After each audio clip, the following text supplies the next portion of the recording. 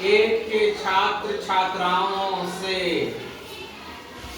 निवेदन करता हूं कि प्रधानमंत्री राहत कोष में जो भी अपना दान देना चाहे दे सकते। ये प्रधानमंत्री का घोषणा किया गया। क्लास 8 के छात्र छात्राओं ने मन बनाया कि हम लोग सब मिलकर के चंदा तस्वीर करेंगे और सब पर इतना रुपया रखा गया। कहा कि एक विद्यार्थी पर कितना रुपया हम लोग को देना है। जैसे तुम लोग कहीं अगर दान दे रहे हो तो कहा कि तुम लोग एक विद्यार्थी पर क्या रुपया पड़ेगा। कहा एक काम करो, इस क्लास में जितना भी छात्र है तो छात्र के या छात्राओं के दोनों को काउंटिंग कर लो। काउंटिंग करने के बाद में जितना आता है प्रत्येक विद्यार्थी उतना रुपया दे।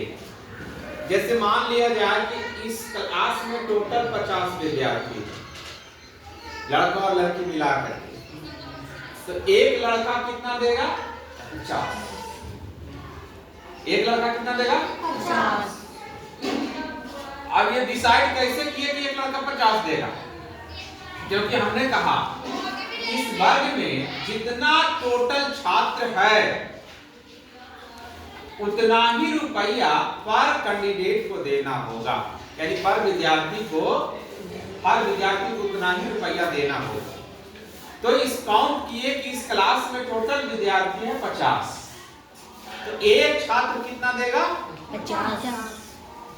तो एक छात्र जब 50 देगा, 50 रुपया देगा, तो बताओ यदि एक छात्र 50 रुपया दे रहा है और टोटल छात्रों की संख्या भी 50 को है तो कितना कलेक्शन हो जाएगा? हमें बताओ। 2500। क्योंकि एक छात्र को देना है 50 रुपया और टोटल छात्र भी है क्या गो? 50। तो 50 गुना 50 हम लोग किए तो अंतर आया कितना? 2500। यानी कहने का मतलब है कि ऐसी व्यवस्था को संपूर्ण करने के लिए निश्चित ही उसको पूर्ण वर्ग के रूप में होना होगा। ऐसी व्यवस्था को कंप्लीट करने के लिए निश्चित ही उसको परफेक्ट स्क्वायर नंबर के रूप में होना होगा। बात समझ रहे हो ना?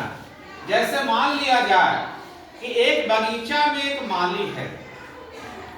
एक माली एक बगीचा में फूल लगाता है, फूल रोपता है और फूल इस प्रकार के रोपता है, लगाता है कि एक पंक्ति में जितना फूल का पौधा है उतना ही पंक्ति की संख्या भी है। तो मानते हैं कि यदि एक लाइन में 10 फूल का पेड़ है तो लाइन भी क्या बनेगा? 10।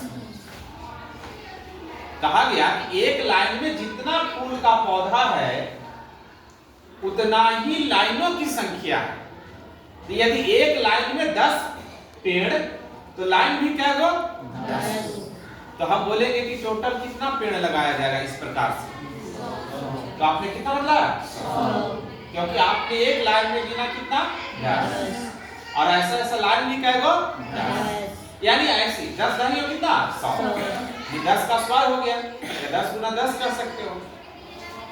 यानी ऐसी व्यवस्था को कंप्लीट करने के लिए उसको निश्चित ही परफेक्ट स्क्वायर नंबर पूर्ण वर्ग के रूप में होना होगा। बस समझ रहे हो ना? जैसे हम बोलेंगे एक लाइन में टोटल विद्यार्थी जितना बैठा है उतना ही लाइनों की संख्या है।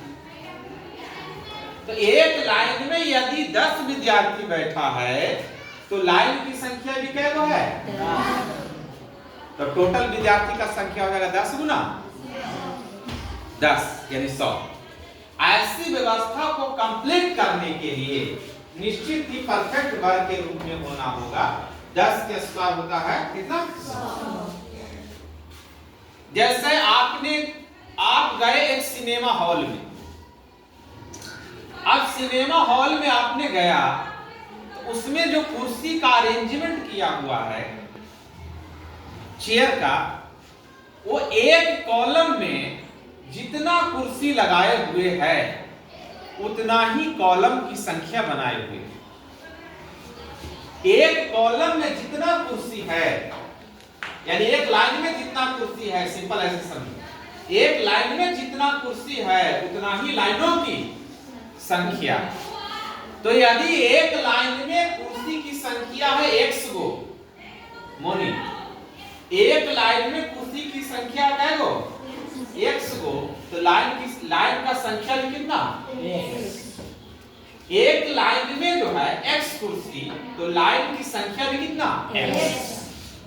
तो टोटल कुर्सियों की संख्या कितना हो जाएगा, x गुना x, यानी x के स्क्वायर होगा कि नहीं। यानी ऐसी व्यवस्था को कंप्लीट करने के लिए निश्चित ही परफेक्ट स्क्वायर नंबर के रूप में होना पड़ेगा, तभी कंप्लीट होगा, है ना। तो इस सवाल में फिलहाल कहा है हम लोगों को कि क्लास 8 के जो विद्यार्थी हैं उसमें से प्रत्येक विद्यार्थी प्रधानमंत्री राहत कोष में उतना ही दान देता है जितना कि विद्यार्थियों की संख्या है। तो हम मानते हैं कि विद्यार्थी का संख्या है x गो, तो प्रत्येक विद्यार्थी राहत कोष में कितना रुपया दान देगा, 100 रुपया। और प्रत्येक विद्यार्थी यदि 100 रुपया राहत कोष में दान दे रहा है तो टोटल कलेक्शन हो जाएगा कितना। तो एक विद्यार्थी जब 100 रुपया दे रहा है और विद्यार्थी भी कै गो है, 100 गो, तो टोटल कलेक्शन हो जाएगा कितना, 1 गुना x।